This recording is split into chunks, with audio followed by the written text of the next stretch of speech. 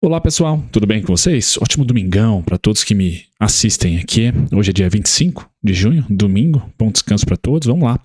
Durante a semana aqui, o meu compromisso é tentar enviar para vocês pelo menos 2 vídeos sobre índice e sobre o dólar. Esse vídeo aqui vai ser sobre índice. Então quais serão as pautas do vídeo, pessoal? A gente vai comentar aqui um pouquinho sobre o mensal, né? Qual que é o cenário do mensal, embora não tenha muitas atualizações em relação ao vídeo da semana passada, os pontinhos. Então o que eu tô de olho, né, para segunda-feira, principalmente dia 26, qual seria ali o charme de segunda-feira? Se a gente continuar consolidado, vou compartilhar os principais pontos do índice, tá?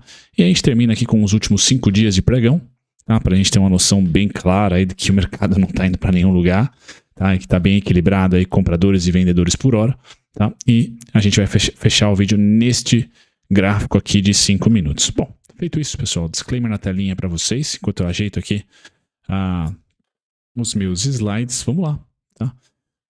Começando, pessoal, com as referências. Então, eu estou utilizando muito aqui o que o Michael Huddleston fala do ICT, né? E também aqui o Smart Money, porque o Gui está utilizando o indicador lá, Smart Money. Então, tanto para o índice como para o dólar, o foco da criação dos pontos aqui estão muito baseados aí no que eu entendo, no que eu aprendi até esse momento sobre aqueles dois contextos lá, Wyckoff, Smart Money e ICT, beleza?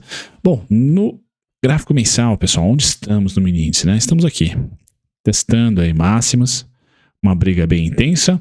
Mostrei para vocês que essas máximas aqui, PEC eleitoral, PEC precatório, depois PEC eleitoral e a PEC da transição aqui embaixo, frustrou, e o momento atual. Bom, de uma PEC para outra, pessoal, nós subimos aqui cerca de 500 pontos, né? 122.300 esse topo, 122.825 nesse outro.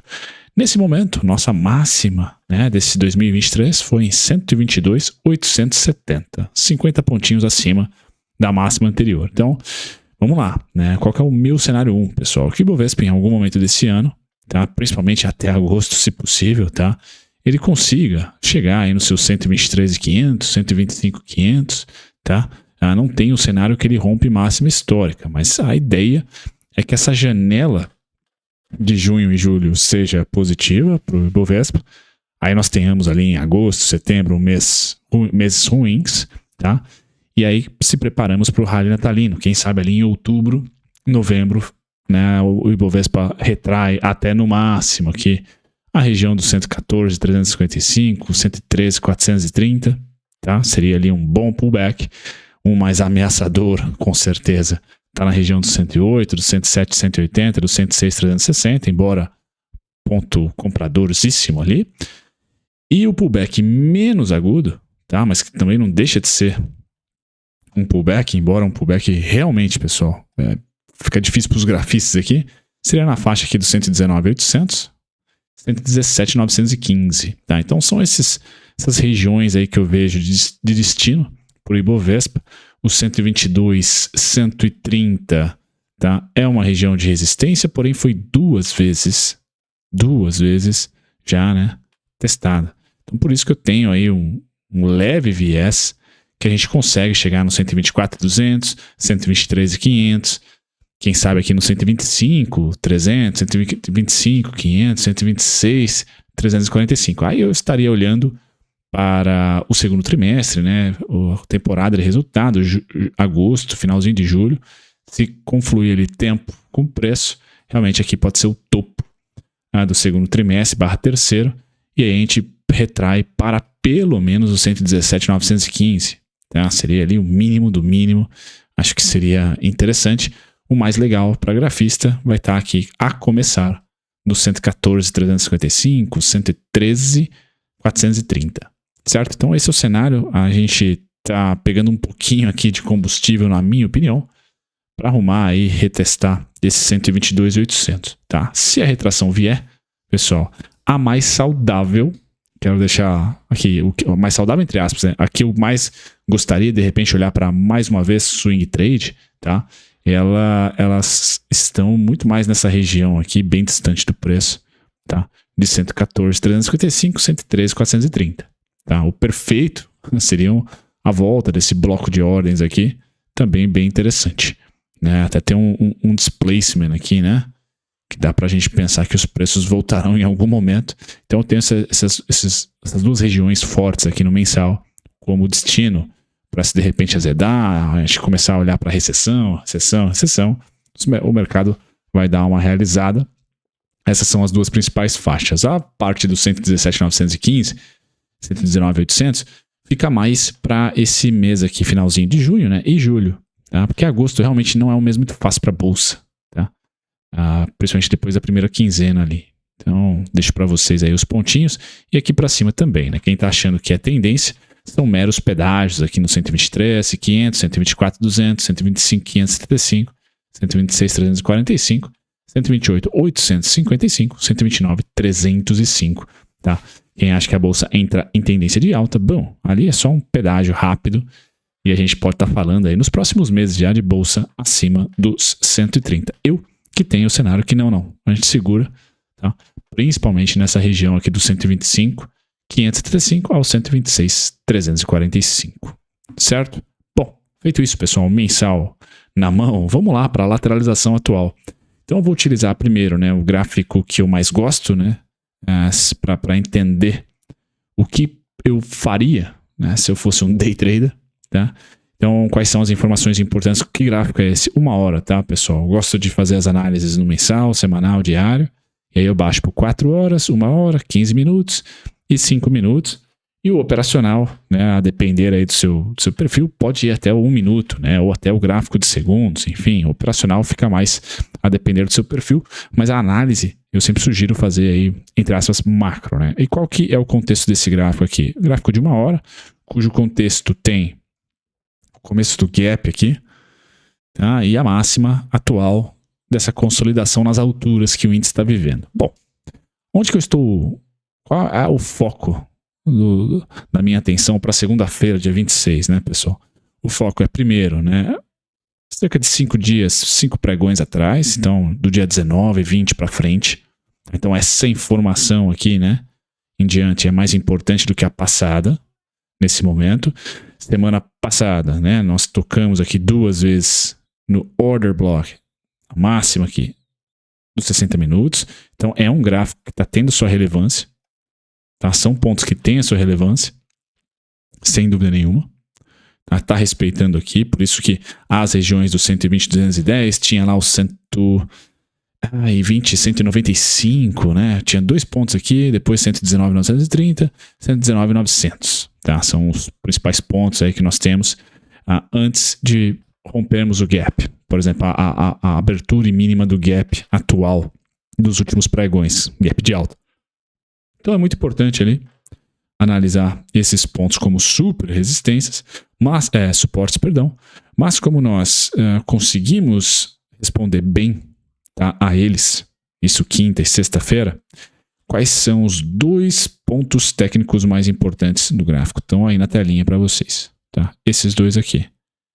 E o que são eles? São as caudas do 1 hora. Dessa cauda aqui me interessa bastante, tá? E essa cauda aqui do gap de baixa atual me interessa bastante. Gap esse que veio na mesma região de um gap anterior, tá? Então algo me diz, né? Algo me diz não. Isso daqui, esse movimento de preço me indica que a gente pode estar que a gente está, na verdade, né, com desequilíbrio vendedor nessa faixa de preço. Tá? Então, caso o preço essa semana invada principalmente esta cauda aqui, tá? Eu vou estar super de olho. Tá? São os pontos aí de 122,055, 122,70. Tá? São os principais pontos ali que eu estou de olho, tá? Nesse momento. No pregão de sexta, tentamos aqui, sem sucesso, romper o 540, continua como resistência. O próximo ponto, 121,795, tá? Depois 121,950, e aí entra os 2 principais pontos aqui no gráfico diário. Agora o suporte, né? Vamos supor que a gente, primeiro, né? Estou aqui colocando conjecturas, supondo que o índice vai abrir nessa faixa de fechamento aqui. Tomara, certo? Caso ele venha para baixo, sem problemas, eu também vou estar de olho como ponto principal, tá? Esta cauda. Então são as duas caudinhas aí de interesse nesse gap de baixa atual aqui.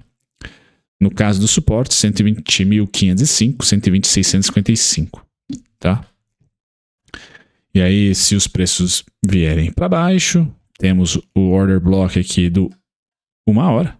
E rompeu, pessoal, aí eu tenho que fazer um outro vídeo, porque tem diversos pontos para baixo aqui. Tá? Tem diversos pontos para baixo. Então aí eu faço outro vídeo, porque não daria para contemplar nessa congestão atual muito mais do que eu falei aqui. Certo? Tá? Não tem um cenário base que os compradores, caso invadam essa região aqui, vão parar. Tá? A tendência é que eles rumem para os 123.500.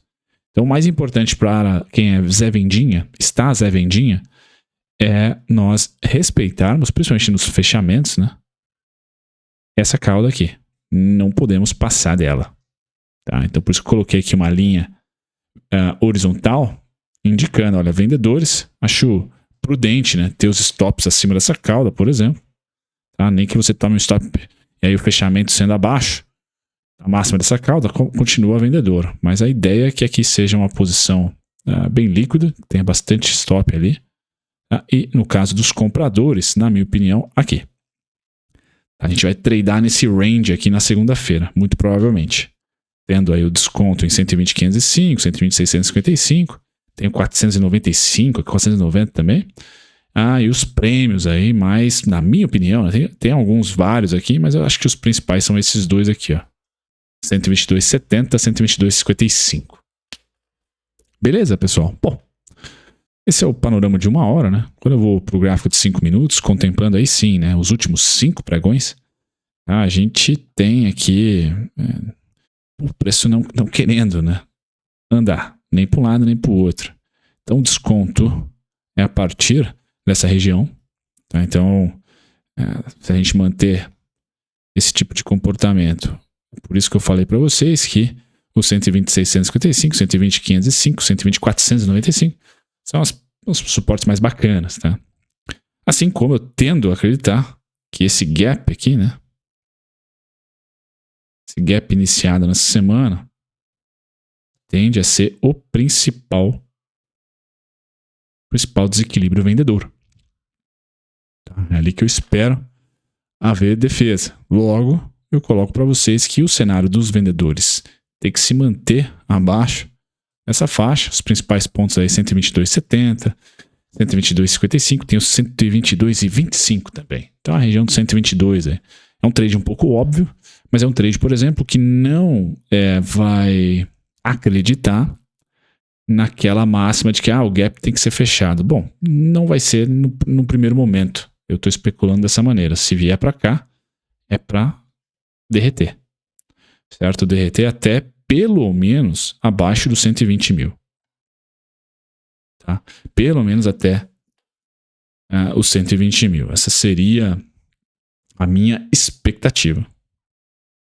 Legal, pessoal? Então, acho que finalizo aqui a parte do mini índice. Um grande abraço para todos aí. Um ótimo domingão. Tchau, tchau.